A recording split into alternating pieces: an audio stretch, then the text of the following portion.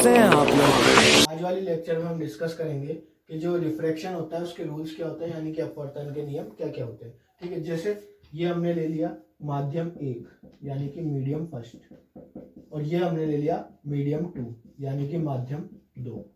अब एक ray of light, ये हो गया अपना नॉर्मल यानी कि अभिलंब। ये रे ऑफ लाइट आई यानी कि आपतित किरण, इंसिडेंट रे।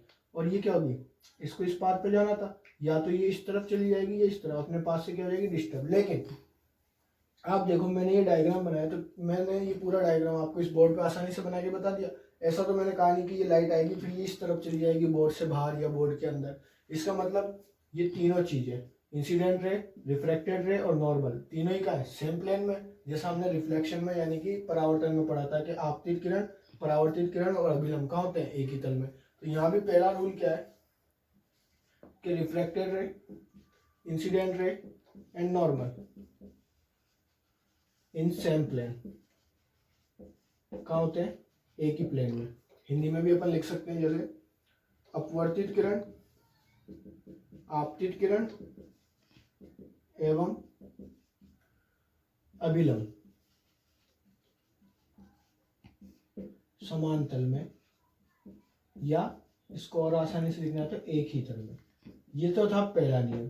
ठीक है, अब वहां पे अपन ने दूसरा नियम पढ़ा था कि आपतित कोण और परावर्तन कोण यानी कि इंसिडेंट एंगल और रिफ्रैक्शन एंगल क्या होते हैं, बराबर। लेकिन यहाँ पर ऐसा होगा नहीं, क्योंकि आप खुद देख सकते हो अगर बराबर होगा तब तो ये लाइट अपने पास से डिस्टर्ब हुई नहीं, पथ से विचलित हुई नहीं। तो पथ से विचलित होगी तो या तो कोण घटेगा या कोण बढ़ेगा। हमने दो कंडीशन देखी थी, एक कंडीशन तो थी कि I is greater than angle R, और दूसरी कंडीशन थी हमारे पास कि angle I is less than angle R. ठीक है, ये कब होगा, जब दूर हटेगी। और दूर कब हटेगी, जब प्रकाश किरण जा रही होगी डेंस से रेयर में, यानी कि सघन से विरल में। तब तो क्या होगी, दूर हटेगी और कोण बढ़ जाएगा। ऐसे यहाँ पर उल्टा हो जाएगा, कहाँ जाएगी, रेयर टू डेंस यानी कि विरल से सघन में। ठीक है, ये दो कंडीशन अपन ने पढ़ी थी। तो इन दोनों कंडीशन से ये तो साबित होता है, ये तो प्रूफ होता है कि भाई एंगल आई और एंगल आर बराबर नहीं होंगे। तो यहाँ दूसरा रूल क्या आता है, दूसरे रूल का यहाँ पे स्पेशली नाम भी है, जिसे बोलते हैं स्नेल का नियम।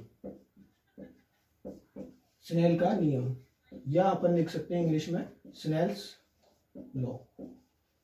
स्नेल्स लॉ क्या कहता है कि जैसे अपन ने इससे पहले वाले लेक्चर में पढ़ा था रिफ्रैक्टिव इंडेक्स यानी कि अपवर्तनांक म्यू, जो मैंने आपको सिखा दिया था कि क्या बताता है, स्पीड के रेशियो को, चाल को बताता है कि किसी माध्यम में चाल में क्या परिवर्तन आएगा, या वो माध्यम कितना सघन है। इस बात को कौन दर्शाता है, अपवर्तनांक यानी कि रिफ्रैक्टिव इंडेक्स म्यू।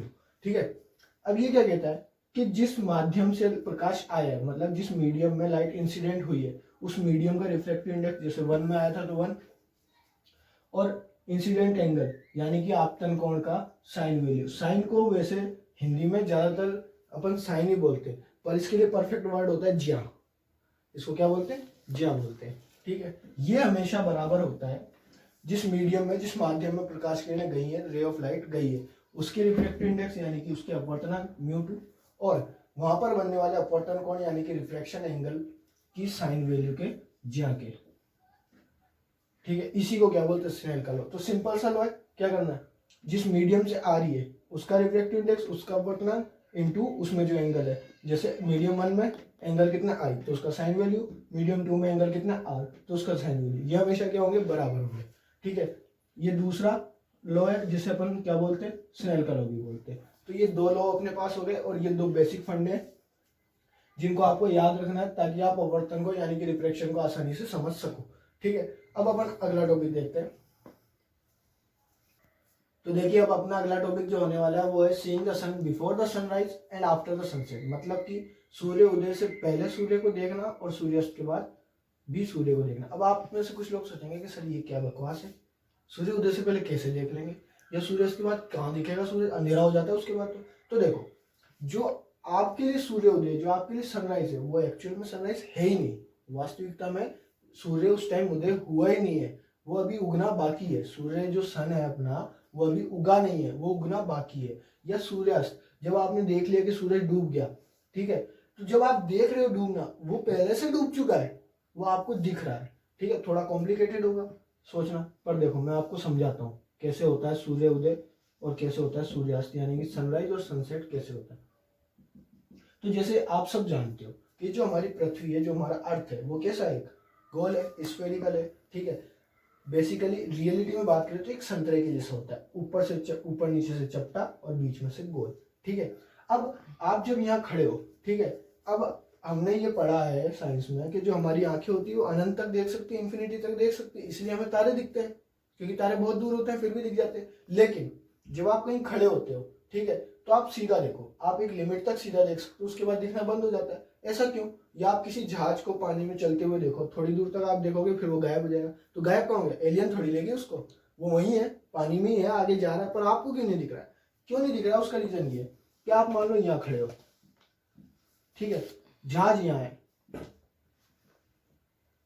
अब कुछ बच्चे सोचेंगे कि सर ये क्या है, क्या बकवास है, जहाज जमीन पर रख दिया। अरे मतलब यहाँ पानी है, यहाँ जमीन है, पृथ्वी गोल है भाई, कहीं भी पानी शुरू हो सकता है, कहीं भी जमीन हो सकती है। अब ये जहाज जा रहा है, ठीक है, अब आपको तो क्या लग रहा है कि ये सब सीधा है, पर क्योंकि ये बहुत गोल है और बहुत बड़ा है तो इसलिए आपको ये सीधा लग रहा है। जैसे आप एक फुटबॉल लो और उसको हाई क्लियरिटी कैमरा से जूम करो, तो आपको जो उसकी सरफेस होगी वो कैसी लगेगी? प्लेन, पर वो एक्चुअल में कैसी है?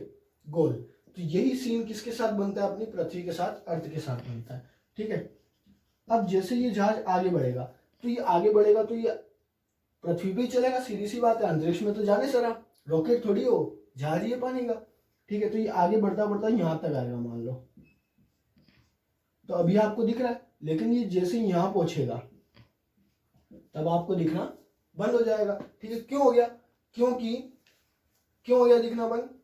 क्योंकि आप जो है आप सीधी लाइन में देख सकते हो, ऐसा तो है नहीं कि अपनी आंखें मतलब जादू ही हैं, ऐसे जा रही हैं, अपन बोलेंगे आगे जाके घूम जाना भाई, ऐसा थोड़ी होगा। या आप, हमने इस चैप्टर की स्टार्टिंग में बात की थी कि हम किसी चीज को कब देख पाते हैं? जब उसकी प्रकाश किरणें हमारी आंखों पे आती है, जब उसकी लाइट हमारी आइज पे इंसिडेंट होती है। तो यहाँ से जो लाइट चलेगी, अब इतना तो आप सब सीख गए होंगे कि लाइट कभी मुड़ती नहीं है जब तक कोई मीडियम नहीं आता, जब तक कोई उसके बीच में रुकावट नहीं आती। रिफ्लेक्शन तभी होता है जब कोई मीडियम आता है। तो यहाँ से लाइट चलेगी सीधी, तो वो तो यहाँ जा रही है ना, आपकी आंखों को थोड़ी मिल रही है, वो तो यहाँ बैठे हुए को मिल रही है, मतलब जो अंतरिक्ष में बैठा है, तो आपको नहीं मिल रही, इसका मतलब ये आपको नहीं दिखेगी। तो इस गोलाई की वजह से ही दूर जाती हुई चीजें नहीं दिखती है। तो कहाँ तक दिखेगी? तो एक चीज आपने पढ़ी होगी, क्षैतिज, यानी कि हॉरिजॉन्टल। इसको आप ऐसे समझ सकते हो कि आप खड़े हो जाओ अपनी छत पे, ठीक है। क्षैतिज क्या होता है, हॉरिजॉन्टल क्या होता है, हॉरिजॉन क्या होता है? आप खड़े हो जाओ अपनी छत पे और सीधा देखो, ठीक है। एक दूरी पे आपको ऐसा दिखेगा कि जो आसमान है और जो पृथ्वी है वो मिल रहे हैं, ठीक है। तो वो जो लाइन है वही क्या है? क्षैतिज है, वही हॉरिजॉन्टल लाइन है। क्यों? क्योंकि जैसे जैसे गोल होगा चीज तो ये नीचे जाती जा रही है, और पृथ्वी का ये जो वातावरण है वो भी इसके चारों ओर है, तो ये गोल होता होता नीचे चला जाता है। तो आपको दिखना बंद हो गया, तो आपको क्या लगेगा? वो मिल गए। तो जहां पर वो मिल रहे हैं, मतलब जहां पर आसमान और पृथ्वी मिलते हुए दिख रहे हैं, क्योंकि वो मिलेंगे तो नहीं, ये आप भी जानते हो भाई। आप देखो कि यहाँ से आप मान लो 1 किलोमीटर दूर पे देखते हो कि भाई वो दोनों मिल रहे हैं, आप वहां चले जाओ तो आपको क्या दिखेगा? कि वो आगे चलेगी जगह। तो वास्तविकता में वो मिल नहीं रहे, वो आपको मिलते हुए दिख रहे हैं। वो भी किस वजह से? पृथ्वी की गोलाई की वजह से।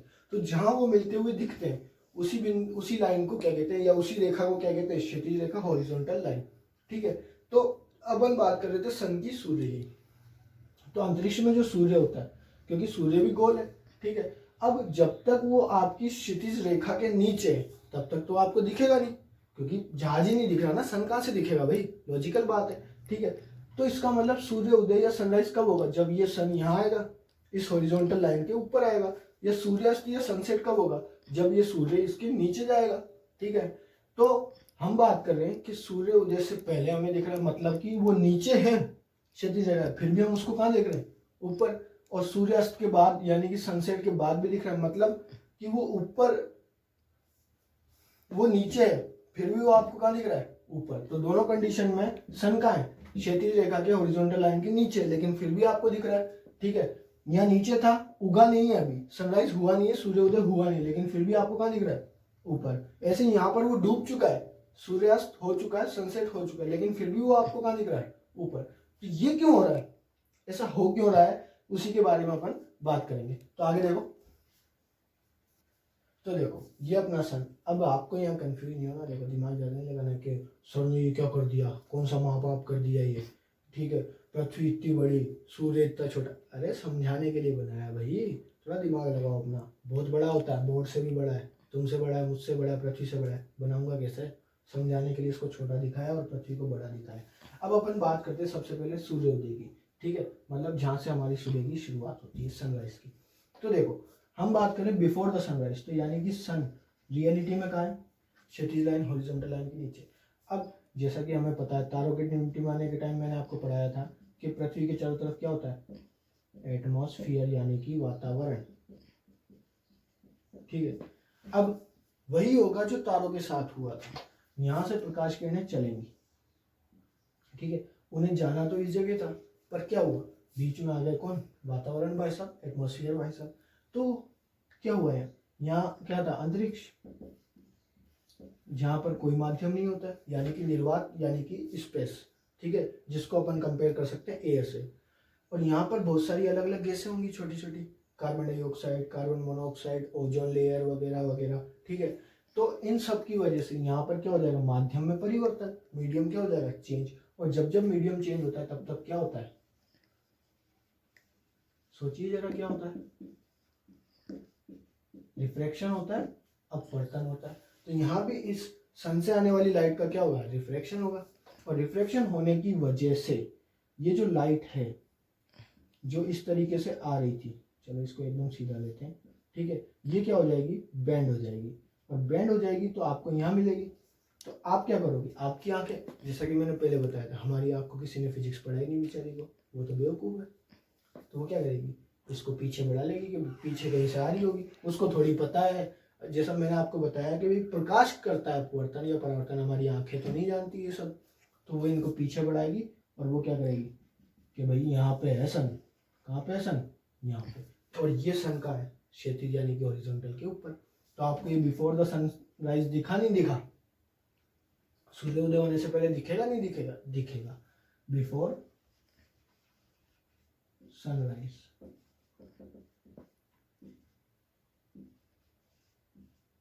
सूर्योदय से पहले,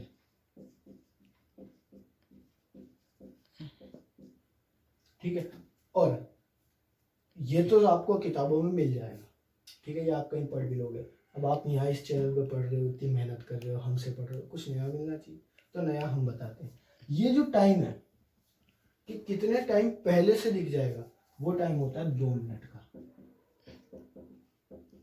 कितना होता है? 2 मिनट। मतलब कि जैसे मान लो कि आप जहाँ रहते हो वहां पर सूर्योदय होता है 7 बजे, ठीक है, तो यानी कि वो वास्तविकता में 7 बजे नहीं हो रहा है, वो कब होगा? 2 मिनट बाद होगा, यानी कि 7:02 पे। तो अब से आपको अगर घर वाले उठाएं कि बेटा उठ जा, सूरज आ चुका है, तो उनसे बोलना रुको मम्मी, रुको पापा, अभी 2 मिनट बाकी हैं, अभी असलियत में आया नहीं है, ये आपकी आंखों को झला हुआ हो रहा है। आपने फिजिक्स नहीं पढ़ी, आप हमारे सर का वीडियो देखो, आपको पता चलेगा कि 2 मिनट बाद आएगा सूरज।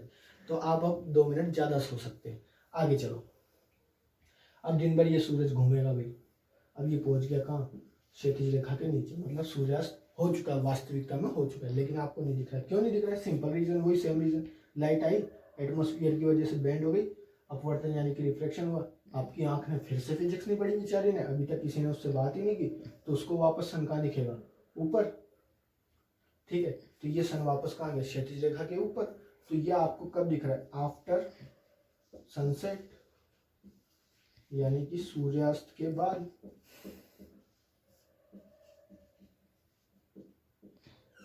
ठीक है, मतलब आपको सूर्योदय से 2 मिनट पहले से दिखने लग गया था और 2 मिनट बाद तक भी देखा। नाइंसाफी भैया आपके साथ। आप 2 मिनट पहले जग गए, 2 मिनट पहले सोना पड़ेगा आपको। मतलब ऐसा थोड़ी होता है यार। यहाँ भी ये जो टाइम है वो कितना है? 2 मिनट का है, ठीक है। अब इससे आपने क्या सीखा? इससे हमने ये सीखा कि अगर आपको घर पे कोई बोलता है बेटा घर आ जाओ, अब सूरज डूब चुका है, तो आप क्या बोलोगे? मम्मी अभी नहीं डूबा है, अभी 2 मिनट बाकी है, अभी रुको आता हूँ मैं। तो आपको जिंदगी में 2 मिनट एक्स्ट्रा मिलेंगे घूमने के लिए और 2 मिनट एक्स्ट्रा मिलेंगे सोने के लिए। तो एक वीडियो में आपका फायदा हो गया कितना? 4 मिनट का। ऐसे ही आप रोज रोज वीडियो देखोगे तो आपका रोज रोज क्या होगा? फायदा होगा, ठीक है। तो ये रीजन, मेन रीजन क्या है? पहले और बाद तक देखने का अपवर्तन क्यों है, कैसे है, वो हमने इसमें समझ लिया, ठीक है। और हंसी मजाक भी आपकी मैंने करा दी कि 2 मिनट तक आप सो सकते हो, 2 मिनट तक आप घूम सकते हो। ठीक है, तो ये चीज़ याद रखनी है। अब अगला टॉपिक देखते हैं। तो देखो, अब अपन अगला टॉपिक पढ़ेंगे, reflection from a glass slab, कांच की पट्टिका से अपवर्तन कैसे होता है। ग्लास स्लैब यानी कांच की पट्टिका, जो आपके घर में जो कांच होता है किसी भी गेट में लगा हुआ, ठीक है, पारदर्शी की बात करें, जिसको अपन शीशा भी बोल सकते हैं, जिसके आर पार आप देख सकते हैं, उसको ही बोलते हैं ग्लास स्लैब यानी कि कांच की पट्टिका। अब अपने को क्या करना है कि एक प्रकाश किरण लानी है, ये हो गई आपकी इंसिडेंट रे। मान लो इसने एंगल बनाया आई, ठीक है, तो क्योंकि ये ग्लास है, कांच है, और वायु से क्या ज्यादा सघन है, तो लाइट क्या होगी टूवर्ड्स द नॉर्मल, यानी कि किसकी तरफ झुकेगी, अभिलंब की ओर, तो ये झुक गई है, ये बन गया R1। अब यहाँ पर ये वापस माध्यम बदल रहा है, ठीक है, तो वापस नॉर्मल यानी कि अभिलंब खींचेंगे, लेकिन अब ये कहाँ जा रहा है, कांच से वायु में यानी कि सघन से विरल में, तो ये क्या होगा, दूर हटेगा। ठीक है, तो अब यहाँ पर जैसे अपन इसको I बोल सकते हैं, लेकिन अभी हम समझने के लिए इसको क्या बोलेंगे, R2 बोलेंगे। ठीक है, और ये किरण हमारी दूर हट जाएगी। ठीक है, और जब ये किरण दूर हटेगी तो यहाँ पर भी एक एंगल बनेगा, जिसको अपन R की जगह क्या बोलेंगे, E। क्यों बोल रहे हैं उसका रीजन है, देखो I का मतलब हो गया इंसिडेंट एंगल, यानी कि आपतन कोण, और E का मतलब हो गया इमर्जेंट एंगल, यानी कि निर्गत कोण, मतलब जिस कोण से ये बाहर निकलती है। अब जब आप ये करोगे प्रैक्टिकली, ठीक है, तो आपको क्या देखने को मिलेगा कि ये जो E है ये किसके बराबर है, I के, यानी कि I बराबर E हो गया। ठीक है, और ऐसा होने पे ये दोनों लाइन कैसी हो जाएंगी, समांतर हो जाएंगी, पैरेलल हो जाएंगी। कैसी हो जाएंगी, समांतर यानी कि पैरेलल। ठीक है, तो यहाँ हमने इस टॉपिक से क्या सीखा कि जब भी किसी ग्लास स्लैब से लाइट का रिफ्लेक्शन कराया जाता है, तो जो इंसिडेंट लाइट होती है वो, और जो एग्जिटिंग या इमर्ज लाइट होती है वो, दोनों आपस में कैसी होती है, पैरेलल होती है। आपतित किरण और निर्गत किरण हमेशा क्या होती है, समांतर। कब, जब किसी ग्लास स्लैब की जगह, अब इस ग्लास स्लैब की जगह यहाँ बीच में रख दिया जाए पानी से भरा हुआ एक बीकर।